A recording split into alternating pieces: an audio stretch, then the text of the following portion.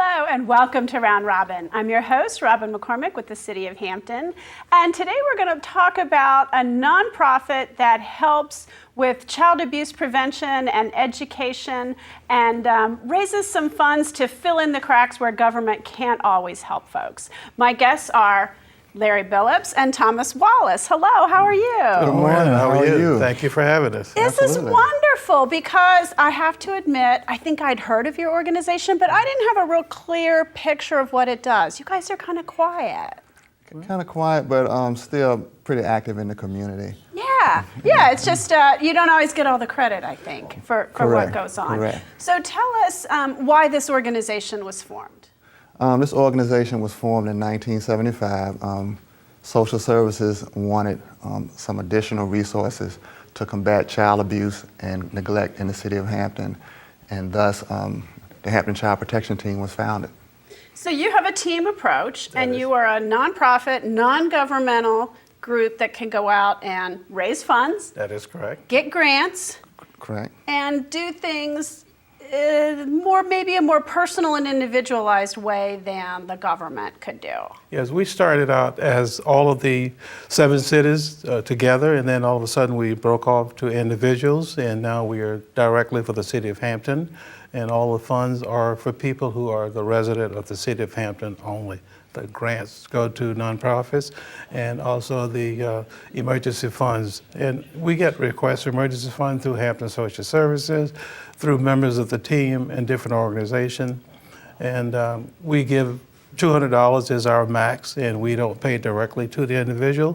For instance, if Virginia Power is going to cut your power off, you're about to be evicted, we get a request and make sure that they have contacted all of the governmental agencies to try and get funds, and if that does not work, then we can give out.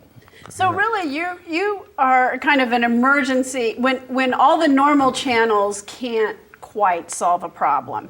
Okay. You guys can help fill in. That is one function. Like he said, we get those requests, we review them, we make sure that all the I's are dotted and the T's are crossed, and then we go directly to the agency. Like if we wanted to pay like a water bill, it's not unusual to go right to Waterworks in Newport News and pay that bill. Make sure it gets covered, the money gets used for what the intended purpose is. Absolutely. And this is to keep families, to keep children from living in a home where the power or the water is cut off. And those families have to have a child, obviously, in the home that's 18 and under to qualify.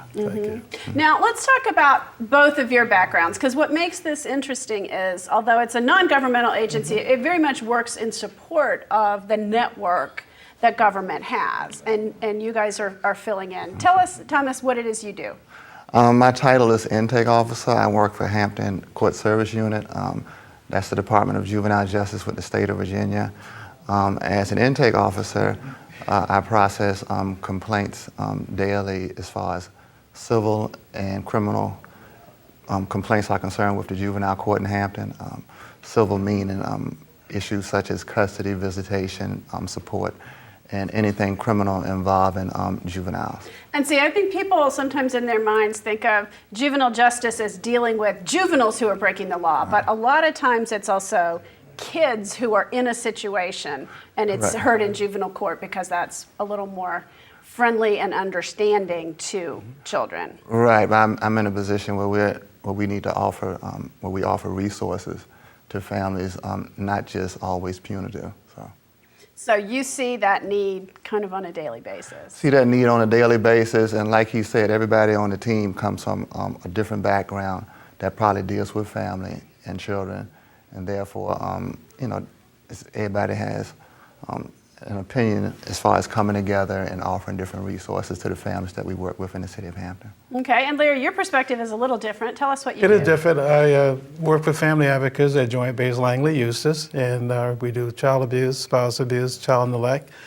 And what I am doing is the program assistant. Every referral that comes in from either social services or an individual or a neighbor or the security forces, I make sure that that is triaged and we get the information and then we give it to one of our social workers who does an intake assessment for safety.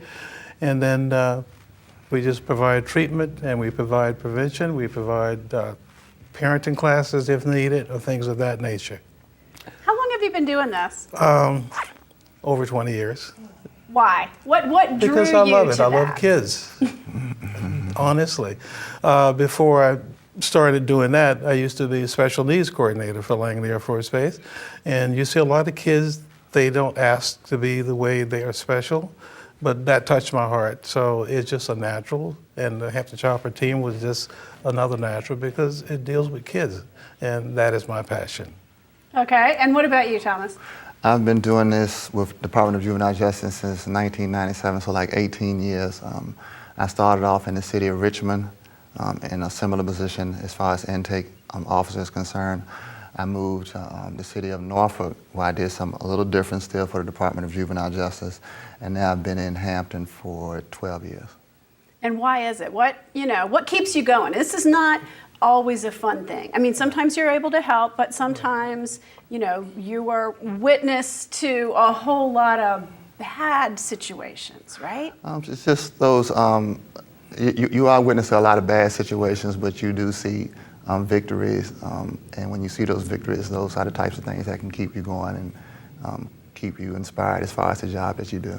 So it's all about the kids. It's all about jumping in and being able to help a little bit, turn a situation around.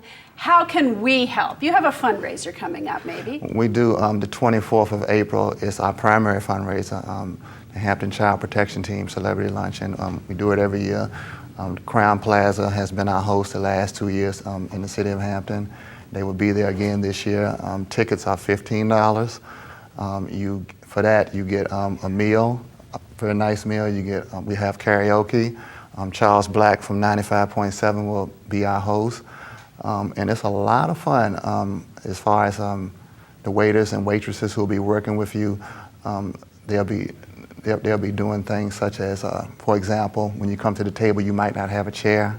You have to pay $2 or $3 to get the chair. See, I was going to say $15 isn't much of a fundraiser. No, you need to work some angles We here. do. You guys have already figured that out. Yes, we have. Challenges, like if you can challenge a person or a group of people to sing a song or do a dance, and if they don't do it, they have to pay.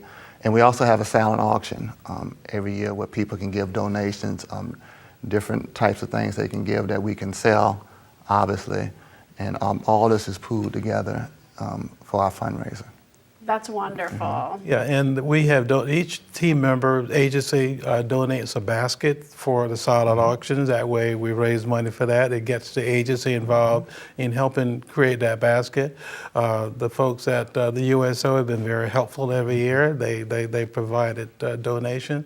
So the community at large has been, Ohio Silver has been a donation, Langley Air Force Base has been donation, and different people. So it is really a community effort.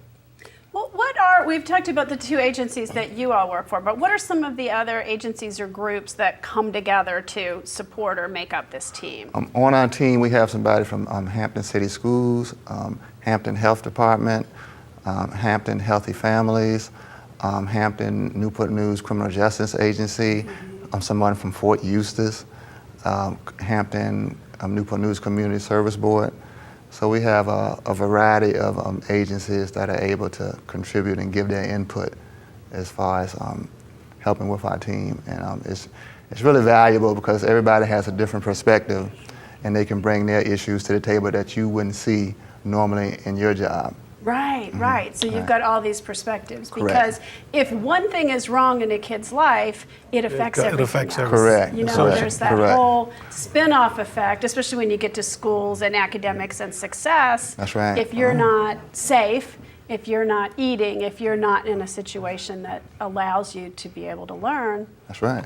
And the school system, I mean, of course, they see kids on a daily basis. They know the kids, they know those are in a homeless shelter, those are, have no place to live and they need help. So they've been very valuable in trying to help the people out. And social services is a member of our team. Absolutely. So it's really, it's a community effort.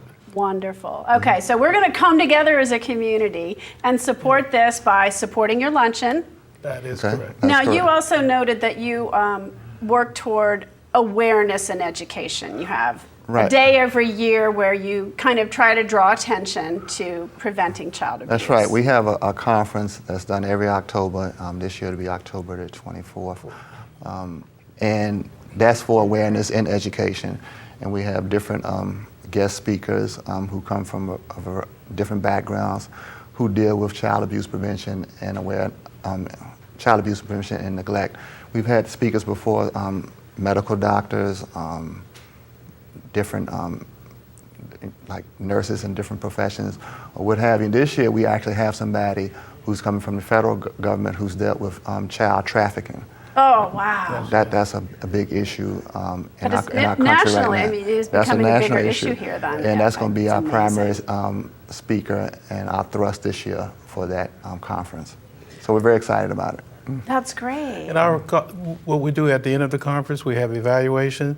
Tell us what you want to hear for the next year. And we try to base our conference on the needs of the people who are attending, what they would like to see. And human trafficking, say a child, was one of the hot topics that was on last year's evaluation. So that's why we're having it this year. Okay. Well, is there anything else you want to mention before we close? I would like to mention that we are also having a candlelight vigil on the 30th of March on the steps of City Hall. The mayor should be giving a proclamation and making a speech. And we've partnered with the WITH Club, or the Downtown Hampton Exchange Club. Hampton Exchange Club, and they'll be there. So and what it does, it reminds... That's a good group. In fact, It I is a think good one group. of their issues is, Child children. abuse. They're very, very Very much that is involved in that, correct. right? So that should be there. Hopefully, people come out at 6 o'clock, and social service will give the stats on the child's abuse for the year. Well, I think we might want to pick up some of those stats and see if we can let people know. We're gonna miss your event. It's gonna be after we Right. tape, but before we're on the air. Right. But it is an annual event. I mean, Correct. you do For future want purposes, people to yeah. come out, for Absolutely. the future, Absolutely. Absolutely. and think about the issue. Talk about the issue, because if it remains under the table and people are afraid to ask for help or talk about what's going on, Right, then that it's stuff, hard to it get gets problems worse. resolved. Correct. Yeah, you can't, you're right. You can't address a problem if you're not going to talk about it. That is correct. That's correct. If you can promote our celebrity luncheon over the city of Hampton, maybe more people will become aware of what we are, not necessarily for stature or anything, but to help prevent child abuse. So how do people get tickets or find out more information? You can call any member of the Hampton Child Protection Team, but I will put my phone number out there. Okay, thank you. 757-472-5795. And I would be more than glad to give any more information that needs to be given.